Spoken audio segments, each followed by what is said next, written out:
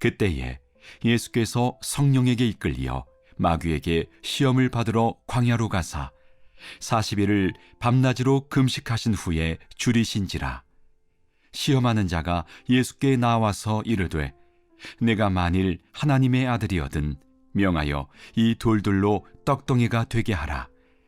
예수께서 대답하여 이르시되 기록되었으되 사람이 떡으로만 살 것이 아니요 하나님의 입으로부터 나오는 모든 말씀으로 살 것이라 하였느니라 하시니, 이에 마귀가 예수를 거룩한 성으로 데려다가 성전 꼭대기에 세우고 이르되 내가 만일 하나님의 아들이거든 뛰어내리라.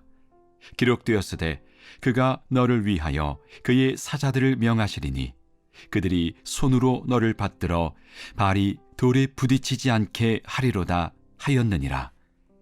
예수께서 이르시되 또 기록되었으되 주 너의 하나님을 시험하지 말라 하였느니라 하시니, 마귀가 또 그를 데리고 지극히 높은 산으로 가서 천하 만국과 그 영광을 보여 이르되 만일 내게 엎드려 경배하면 이 모든 것을 내게 주리라. 이에 예수께서 말씀하시되 사탄아 물러가라. 기록되었으되 주 너희 하나님께 경배하고 다만 그를 섬기라 하였느니라. 이에 마귀는 예수를 떠나고 천사들이 나와서 수종드니라. 제가 초등학교 4학년 때였습니다. 그때는 국민학교, 저도 국민학교 시절에 다녔고요. 지금 생각해도 참 유치하다 싶은 그런 일이 한번 있었는데, 동네 사는 아이 하나가 저한테 몇 학년이냐 물어봐요. 나 4학년이다. 그랬더니 아니 너 3학년 같은데? 그래요. 저는 4학년이라고 아니라고 4학년이라고 막 그러는데 이 친구는 아니라 너 3학년이라고 막 그러는 거예요. 저는 너무 억울해가지고 집에 막 달려가서 4학년 교과서를 들고 나서 그 친구 앞에 발 앞에 던지면서 봐라 나 4학년 맞지? 이랬던 기억이 있습니다. 지금 생각하면 누가 저한테 4학년이라고 하면 어떻고 3학년이라 하면 어떤가 싶은데 그땐 그게 왜 그렇게 억울했는가 모르겠습니다. 오늘 말씀은 우리가 너무나 잘 아는 마귀가 예수님을 시험한 사건이 기록되어 있습니다. 이 시험의 내용은 우리가 금방 읽기도 했고 너무 잘 아는 것처럼 돌을 떡으로 만들어봐라, 성전 꼭대기에서 뛰어내려봐라, 하나님이 천사를 보내어 너를 보호해 줄 것이다, 나에게 엎드려 경배하면 천하 만국의 영광을 너에게 주겠다, 이제 이런 내용이었죠. 이 시험들은 본질적으로 정체성에 관한 시험이었습니다. 네가 하나님의 아들이거든 이렇게 나오죠. 그러니까 네가 진짜 하나님의 아들이라면 이 돌을 떡으로 만들어봐라. 네가 하나님의 아들이라면 성전 꼭대기에서 뛰어내려봐라. 진짜 하나님의 아들이라면 하나님이 천사를 보내서 너를 보호해줄 것이다. 그리고 세 번째 시험에서 네가 하나님의 아들이거든 이런 이야기는 없지만 천하 만국의 영광을 내가 너에게 줄 테니까 그거 가져라. 그러면 네가 하나님의 아들이라는 것이 그렇게 증명될 것이다라는 뉘앙스가 이제 내포되어 있는 그런 시험이었죠. 그러니까 정체성에 관한 시험, 그러니까 네가 하나님의 아들이라는 것을 증명해라라는 건데, 그러나 정체성이라는 것은 증명해야 되는 것이 아니라 그저 존재 자체가 정체성입니다.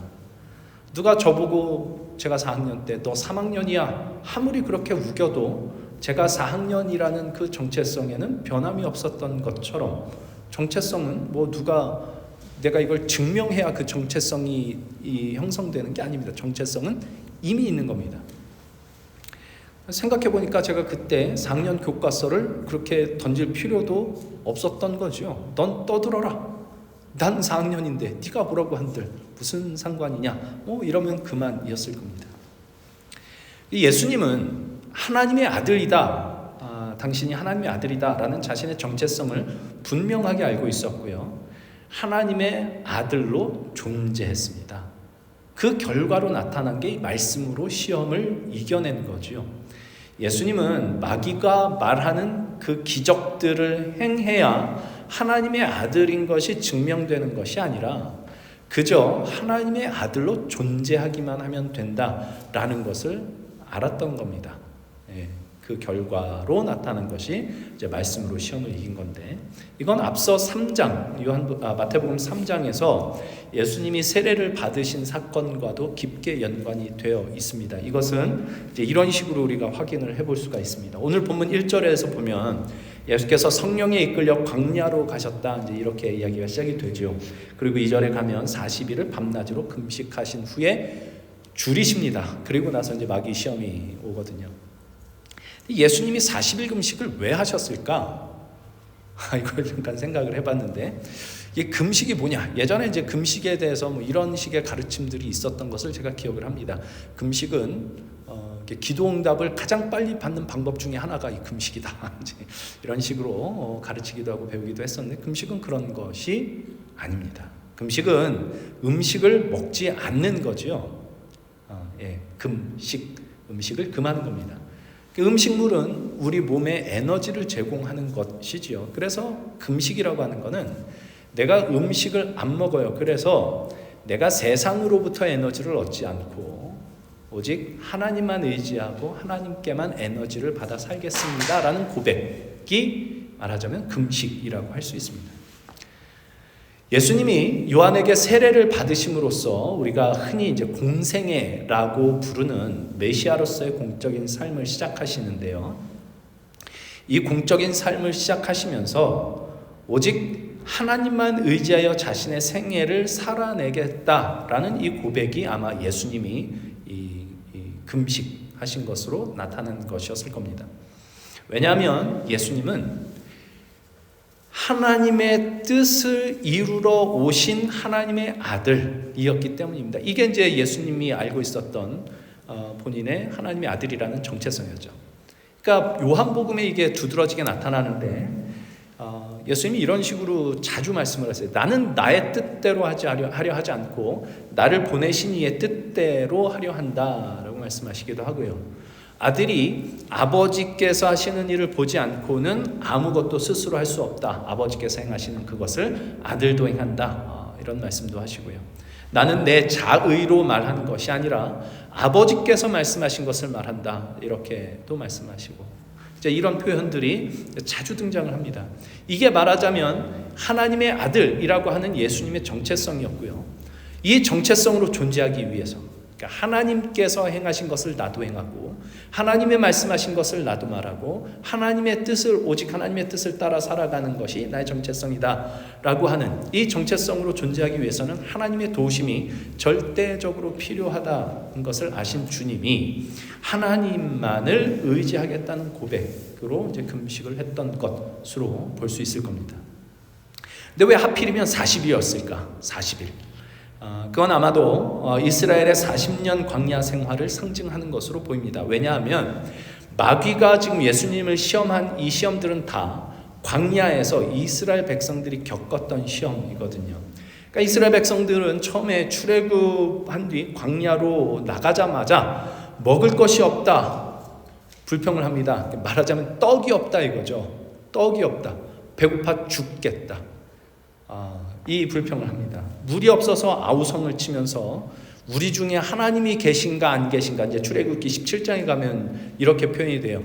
그들이 하나님을 시험하여 우리 중에 하나님이 계신가 안 계신가 이렇게 얘기를 했더라, 이렇게 표현합니다. 하나님을 시험하죠. 또 금송아지를 만들기도 하고요. 모압 여인들과 이제 광야 생활하는 중에 모압 여인들과 음행을 하면서 그들이 섬기던 바알부올 신을 이렇게 섬기기도 하는 등 우상 숭배에 빠지기도 합니다. 그러니까 떡 만드는 거, 하나님을 시험하는 거, 우상 숭배하는 거, 요 세 가지. 그러니까 이 사건들은 전부 하나님의 백성이라고 하는 저들의 정체성을 지키는 시험에 실패한 사건이었고요. 예수님은 이와 동일한 시험을 사람이 떡으로만 사는 것이 아니라 하나님의 말씀으로 산다, 주 너의 하나님을 시험하지 말라, 너의 하나님께 경배하고 그만 섬기라 라는 말씀으로 승리함으로써 하나님의 아들이라는 그 정체성을 지키는 시험을 승리하신 것입니다. 그러니까 이 예수님이 인용하신 이 말씀들은 다 신명기 말씀의 인용인데요. 신명기는 우리 뭐 다 아는 것처럼 40년의 광야 생활을 마치고 약속의 땅에 들어가기 직전에 모세가 이스라엘 백성에게 당부를 하면서 전했던 고별 설교입니다. 그러니까 모든 인류가 하나님의 말씀대로 살아가는 일에 실패하여 죄와 사망의 권세 아래 신음하고 있을 때 예수님이 그 말씀을 가지고 그 말씀으로 승리함으로써 의와 생명으로 채워지는 새로운 인류의 대표자로 예수께서 나타나고 있는 겁니다. 이것을 바울이 로마서 5장에서 아주 잘 설명을 하는데, 로마서 5장은 아담과 예수님을 대표자로 이렇게 세워서 이렇게 얘기를 합니다. 한 사람, 잘 들어보세요. 한 사람이 범죄로 말미암아 사망이 그 한 사람을 통하여 왕노릇하였은즉 더욱 은혜와 의의 선물을 넘치게 받는 자들은 한 분 예수 그리스도를 통하여 생명 안에서 왕노릇하리로다. 그런즉 한 범죄로 많은 사람이 정죄에 이른 것 같이 한 의로운 행위로 말미암아 많은 사람이 의롭다 하심을 받아 생명에 이르렀느니라. 한 사람이 순종하지 아니함으로 많은 사람이 죄인 된 것 같이 한 사람이 순종함으로 많은 사람이 의인이 되리라. 그러니까 아담은 정체성을 지키지 못한 인류의 대표로 서 있고, 이스라엘 광야의 그 이스라엘을 비롯하여 모든 이 인류의 역사 속에 있는 모든 인간들이 사실은 아담에게 속하여 그 하나님의 뜻대로 살아가는 그 일에, 정체성을 지키며 살아가는 그 일에 실패한 존재들로 다 서게 됩니다. 예수님은 그것을 뒤집어 하나님의 아들 된 정체성을 지키는 인류의 대표로 여기 서는 거죠. 그러니까 광야의 이스라엘처럼 아담에게 속하여 죄와 권세 아래 신음할 수밖에 없는 우리 모든 사람들에게 하나님의 아들의 정체성으로, 하나님의 자녀된 정체성으로 살아갈 수 있는 새로운 길을 여신 새로운 대표자로 예수께서 오심으로써 그분께 속하여, 예수께 속하여 하나님의 자녀라는 그 영광스러운 정체성으로 살아갈 새 길을 열어주신 사건이, 말하자면 이 예수님이 마귀의 시험을 이기신 사건으로 그려지고 있는 겁니다. 그러니까 우리는 흔히 마태복음의 이 말씀, 이 4장에 나오는 이 말씀을 쭉 읽고 어떤 식으로 얘기를 하냐면, 말씀으로 예수님이 시험을 이기셨다. 그러니 우리도 말씀으로 시험을 이기자, 이렇게 얘기를 하는데, 이게 뭐 맞는 말이지만 오늘 말씀을 보면 사실 마귀도 하나님의 말씀을 인용합니다. 성전 꼭대기에서 뛰어내려라 그러면서 이렇게 얘기를 해줘. 기록되었으되 그가 너를 위하여 그의 사자들을 명하시리니 그들이 손으로 너를 받들어 발이 돌에 부딪히지 않게 하리로다. 이렇게 얘기를 하죠. 이건 시편 91편 말씀을 인용한 겁니다. 마귀도 필요할 땐 말씀을 인용합니다. 그러니까 이 사건이 가지는 본질적인 내용은, 말씀을 잘 알면, 우리가 말씀을 많이 배우고 말씀을 잘 알면 아닙니다. 그거 아닙니다.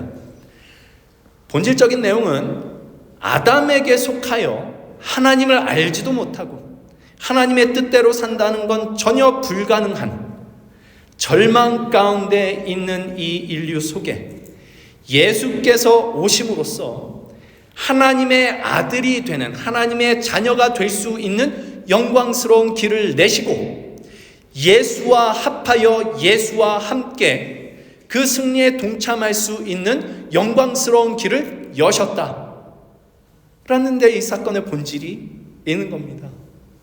그러니까 예수께서 탄생하시고 세례를 받으시고 그리고 이 시험이 오는 거거든요.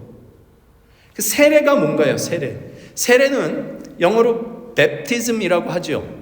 원래 헬라어 밥티조라고 하는 말에서 이제 파생된 말입니다. 그 밥티조라는 말이 뿌리인데, 이 밥티조라고 하는 말은 물에 완전히 잠긴다라는 뜻입니다.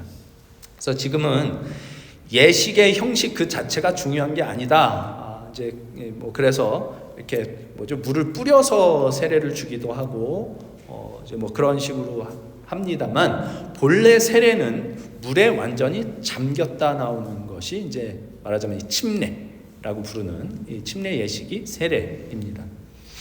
근데 이 당시 밥티조라고 하는 말은 천을 염색물에 완전히 담그는 것을 의미하기도 했다 그래요. 물에 잠긴다는 게 천을 염색물에 완전히 담그는 것, 이제 이것을 의미하는 거였다고 그래요. 그러면 그 천이 그 염색물과 같은 색깔이 돼서 나오겠죠. 그래서 이 밥티조라고 하는 말에는 동일하게 된다라는 뜻이 있었다고 합니다. 그러니까 예수님이 세례를 받으신 건 우리와 동일하게 되시기 위해서 세례를 받으신 거죠. 그러니까 이게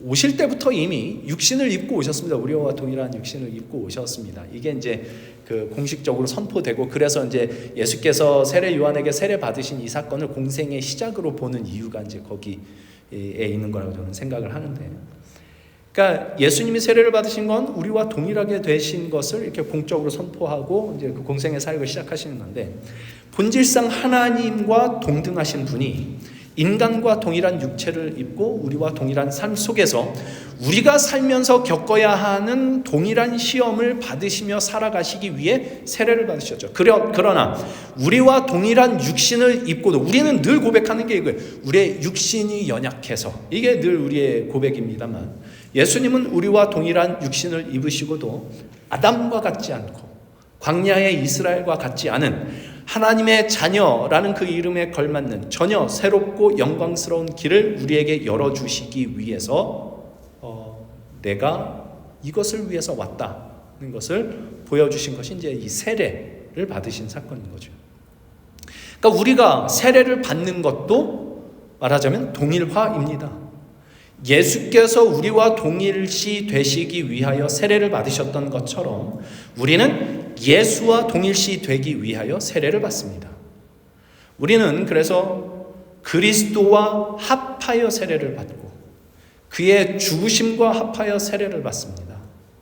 그리하여 예수님과 연합한 자가 되어 예수님의 죽으심과 같은 모양으로 연합한 자가 되고, 또한 예수님의 부활과 같은 모양으로 연합한 자가 되었음을 공식적으로 선포하는 예식이 말하자면 세례인 겁니다. 이것을 이제 로마서 6장 3절, 4절, 5절 여기서 사도 바울이 이렇게 설명을 하죠. 무릇 그리스도 예수와 합하여 세례를 받은 우리는 그의 죽으심과 합하여 세례를 받은 줄을 알지 못하느냐? 그러므로 우리가 그의 죽으심과 합하여 세례를 받음으로 그와 함께 장사되었나니 이는 아버지의 영광으로 말미암아 그리스도를 죽은 자 가운데서 살리심과 같이 우리로 또한 새 생명 가운데서 행하게 하려 함이라. 만일 우리가 그의 죽으심과 같은 모양으로 연합한 자가 되었으면 또한 그의 부활과 같은 모양으로 연합한 자도 되리라. 이게 세례입니다. 그러니까 예수 그리스도와 함께 죽고 예수 그리스도와 함께 살아 예수 그리스도와 연합한 자가 되는, 그렇게 예수 그리스도와 묶여 있는 완전히 새로운 정체성을 지닌 존재가 되었음을 공식적으로 선포하는 예식, 이것이 이제 세례인 거죠. 오늘 본문에 나온 마귀의 시험은 앞서 말씀드린 것처럼 예수의 정체성을 흔드는 시험이었습니다. 네가 하나님의 아들이냐? 그렇다면 증명해봐라. 어떻게? 돌이 떡이 되게 만들고 높은 데서 뛰어내려도 기적적으로 다치지 않고 천하만국의 영광을 가지는 것으로 증명해봐라 이러죠. 그러나 예수님은 그거 하시지 않습니다. 하나님의 아들이라는 정체성은 그런 것에 달려있지 않다는 걸 알기 때문이죠. 하나님의 아들이라는 그 정체성은 하나님의 뜻을 따라 살아가는 것에 있습니다. 예수님이 하나님의 아들이라는 정체성을 지키기 위해서 마귀가 이야기한 대로 또 돌을 떡으로 만드는 순간, 성전 꼭대기에서 뛰어내리는 순간, 마귀에게 절하고 천하만국을 손에 넣는 순간 예수님의 하나님의 아들이라는 그 정체성은 사라졌을 겁니다. 그러나 하나님의 뜻을 따르기 위해 그 모든 것들을 거절했을 때 시험에 승리하고 하나님의 아들이라는 이 정체성이 지켜졌죠. 그러니까 이게 오늘 예수 믿는 사람들에게도 동일하게 있는 시험입니다. 광야에서도 있었고 예수님께도 있었고 오늘 우리에게 있는 시험이죠. 예수님을 믿어 하나님의 자녀된 증거를 보이라, 이런 시험입니다. 어떻게? 믿지 않는 사람들보다 잘 사는 걸로 우리는 이거를 증명하고 싶을 때가 참 많이 있습니다. 떡이 많아지고 소유가 많아지고 부유해지고 기적적인 일로 사고가 났는데도 크게 안 다치고, 큰 사고가 났는데도 크게 안 다치고,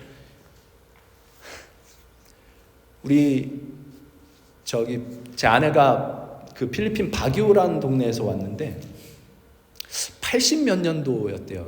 그러니까 제가 계산해볼까, 제가 초등학생 때였는데 그때 거기에 강진이 일어나가지고 그때 당시에 가장 높았던 그 호텔이 다 무너지고 아비규환이었습니다. 근데 그때 거기서 살아남은 사람들 감사하죠. 하나님의 은혜로 고백할 수 있죠. 근데 이걸 간증을 하고 다니는 거예요. 나는 하나님이 특별히 사랑하셔서 거기서 날았어요. 그럼 거기 죽은 사람들은 뭐야? 아닙니다. 그건 그런 거 아닙니다. 그런 걸로 하나님의 자녀된 정체성이 나타나지 않습니다. 그러니까 이런 게 사실은 간증하기도 좋아요. 예수님을 믿었더니 병이 났다. 예수님을 믿었더니 뭐 부자가 됐다. 예수님을 믿었더니 삶이 이렇게 윤택하게 됐다. 간증하긴 좋지만 그러나 우리의 정체성은 그런 것에 있지 않습니다. 우리의 정체성은 예수 그리스도 안에서 이미 확정되어 있는 사람들입니다. 그러니까 우리와 동일시 되기 위해 예수께서 세례를 받으시고 예수와 묶이게 되었음을 고백하고 선포하기 위해 우리가 세례를 받은 존재로 여기 있습니다. 혹시 여기 세례를 안 받으신 분 있으실까요? 세례 다 받으셨죠? 대답을 안 해요. 예. 뭐 세례를 받았다는 것은 그겁니다. 그러니까 우리는 예수와 묶이게 된 사람들입니다. 그러니까 예수님은 우리의 머리가 되시고 우리는 예수님의 몸이 되어 예수께 일어난 일이 우리에게 일어나게 된 사람들입니다. 이게 우리의 정체성입니다. 예수님을 믿는 한, 우리가 예수 안에 있는 한, 이 정체성을 깨뜨릴 수 있는 것은 세상에 아무것도 없습니다. 사고 나서 죽는다고 그게 깨뜨려지지 않습니다. 물론 우리는 실수하고 넘어질 때가 있습니다. 옆에서 이런 얘기 들을 때 있습니다. 넌 예수 믿는 게 왜 그래? 그럴 수 있고, 혹은 우리 안에서도 그런 의심이 들 때가, 내가 예수님을 믿는데 이럴 수가 있을까? 싶은 생각이 들 때도 있습니다. 죄책감이 들어요. 자기가 쥐라고 생각했던 사람 이야기를 혹시 기억하십니까? 이 사람이 오랜 기간 정신병동에서 치료를 받고 의사가 이제 완치 판정을 내렸습니다. 이제 다 됐습니다. 당신 이제 그 정신병에서 치유됐습니다. 그래서 고맙습니다. 그러고 방을 나가려고 문을 열었는데 열고선 가만히 서 있어요. 왜 그런가 하고 봤더니 저 앞에 고양이가 있습니다. 그래서 의사가 물어요. 야, 당신이 쥐가 아니라는 걸 알고 있지 않습니까? 그랬더니 이 사람이 하는 얘기, 나는 알죠. 근데 저 고양이가 모르면 어떡해요? 그 사람은 자기가 아무리 쥐라고 생각을 해도 쥐일 수가 없고요. 고양이가 아무리 그가 쥐라고 생각한다 해도 자기가 쥐일 수가 없습니다. 제가 4학년일 땐 그 누가 저보고 아무리 너 3학년이야 그래도 전 4학년입니다. 그거 굳이 증명하라고 애쓸 필요가 없습니다. 그 정체성입니다. 내가 예수님을 믿는 증거를 이런 걸로 보여줘야지 그럴 필요 없습니다. 물론 예수 믿는 사람답게 하나님의 자녀답게 살고자 하는 마음은 당연히 옵니다. 그건 우리가 예수님을 믿으면 하나님께서 우리 마음 가운데 소원으로 주시는 겁니다. 그러나 때때로 그 일에 실패하고 넘어질 때가 있는데 그거 실패하고 넘어졌다고 해서 우리가 완전히 망해버린 건 아닙니다. 왜냐? 우리는 예수께 묶여있는 존재로 이미 부름을 받았고 예수님은 아담의 실패를 광야에서 저지른 이스라엘의 실패를 뒤집어 승리하신 분이시기 때문입니다. 그 누가 옆에서 넌 예수 믿는 게 왜 그래? 그런데 그렇게 얘기를 해도 우리 속에서 내가 예수 믿는데 이럴 수 있을까 싶어도 세상이 마귀가 우리를 하나님의 자녀인 것을 의심하게 만들어도 우리가 예수님을 믿고 있는 한, 우리가 예수 안에 거하기로 하는 한 우리의 정체성을 무너뜨릴 수 있는 것은 세상에 없습니다. 여기에 우리의 승리가 있습니다. 내가 무엇을 이겨내는 승리가 아니라 오늘 마귀의 시험을 이기신 예수의 승리에 내가 묶여있는 겁니다. 이게 기독교 신앙입니다. 그래서 우리 얼마 전까지 함께 읽었던 요한일서에 이렇게 쓰고 있습니다. 요한일서 5장 4절 5절 무릇 하나님께로부터 난 자마다 세상을 이기느니라. 세상을 이기는 승리는 이것이니 우리의 믿음이니라. 예수께서 하나님의 아들이심을 믿는 자가 아니면 세상을 이기는 자가 누구냐? 그러니 여러분 믿으십시오. 예수님을 믿으시고 예수님이 하나님의 아들이심을 믿으시고 하나님의 아들의 승리에 우리가 묶여 있다는 사실을 믿으십시오. 그래서 오늘 하나님의 뜻을 따르는데 실패한 그 자리에서 주님과 함께 일어서기로 하십시오. 옆에서 뭐라고 하든 상관하지 마십시오. 네가 이 정도는 해야 하나님의 자녀라고 할 수 있는 거 아니냐? 마귀의 속삭임입니다. 이 말씀을 기억했으면 좋겠습니다. 로마서 8장 35절. 누가 능히 하나님께서 택하신 자들을 고발하리요? 사탄의 뜻이 참소하는 자, 고발하는 자입니다. 하나님의 택함 받았다는 사람들이 왜 이럴까? 이런 사람은 하나님의 자녀라는 그 이름을 박탈해야 되는 거 아니냐? 그 자격을 박탈해야 되는 거 아니냐? 이게 사탄 마귀가 하는 일입니다. 거기에 대한 답입니다. 누가 능히 하나님께서 택한 자들을 고발하리요? 의롭다 하신 이는 하나님이시니 누가 정죄하리요? 죽으실 뿐 아니라 다시 살아나신 이는 그리스도 예수시니 그는 하나님 우편에 계신 자요 우리를 위하여 간구하시는 자시니라. 누가 우리를 그리스도의 사랑에서 끊으리요? 환난이나 곤고나 박해나 기근이나 적신이나 위험이나 칼이랴. 기록된 바 우리가 종일 주를 위하여 죽임을 당하게 되며 도살당할 양같이 여김을 받았나이다 함과 같으니라. 그러나 이 모든 일에 우리를 사랑하시는 이로 말미암아 우리가 넉넉히 이기느니라. 내가 확신하노니 사망이나 생명이나 천사들이나 권세자들이나 현재일이나 장래일이나 능력이나 높음이나 기쁨이나 다른 어떤 피조물이라도 우리를 우리 주 그리스도 예수 안에 있는 하나님의 사랑에서 끊을 수 없으리라. 예수 안에 있는 하나님의 사랑에서 우리를 끊을 수 있는 것은 없습니다.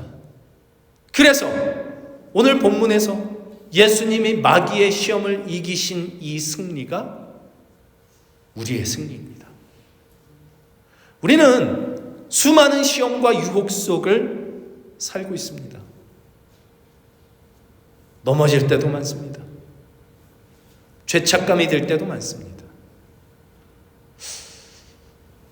그거 우리 괴로워할 줄 알아야 하고 부끄러워할 줄 알아야 됩니다.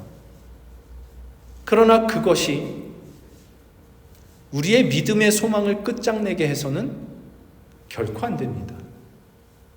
그것이 그리스도 예수 안에 있는 하나님의 사랑에서 우리를 끊을 수가 없다는 사실을 우리는 끊임없이 기억하고 그것을 나눌 수 있어야 됩니다. 올 한 해 아버지와 아들 그리스도 예수와 더불어 누리는 사귐이 있으면 좋겠다라는 말씀으로 첫 주일을 시작했습니다. 이 진리를 함께 나누는 사귐이 우리 안에 있으면 좋겠습니다. 하나님께로부터 우리가 받은 복음입니다. 그리스도 예수 안에 있는 생명이 우리에게 임했고 그리스도 예수 안에 있는 사랑에서 하나님의 사랑에서 우리를 끊을 수 있는 것이 이 세상엔 아무것도 없습니다. 우리가 실수하고 잘못한 것, 이것이 우리를 그 사랑에서 끊지 못합니다. 이것이 하나님의 약속이고 하나님의 진리입니다. 이 진리를 함께 나눌 수 있는 사귐이 저와 여러분 안에 있으면 좋겠습니다. 예수께서 시험을 이기셨고 우리는 예수께 묶여 있습니다. 당신도 나도 예수께 묶여 있습니다. 예수의 몸으로서 예수께서 우리를 용서하시고 사랑하신 것처럼 예수님처럼 우리도 그렇게 살 수 있습니다. 우리 그렇게 합시다. 때로는 넘어질 겁니다. 때로는 실패할 겁니다. 괜찮습니다. 그 넘어짐이, 그 실패가 우리를 하나님의 사랑에서 끊지 못합니다. 당신을 하나님의 사랑에서 끊지 못합니다. 다시 일어나십시오. 나도 일어나겠습니다. 뭐가 힘듭니까? 울고 털고 주님과 함께 다시 일어나십시오. 우리 다시 일어납시다. 우리의 머리 되신 예수님을 힘입어 다시 일어납시다. 예수님을 믿는 이 믿음이 우리에게서 떠나가지 않는 한 이 믿음이 우리의 승리입니다. 이러한 위로와 격려로 아버지와 아들 예수 그리스도와 더불어 누리는 사귐이 저와 여러분 안에 있기를, 그것이 우리의 기쁨을 충만하게 하고 온전하게 할 수 있기를 우리 주님의 이름으로 간절히 소망합니다. 기도하겠습니다.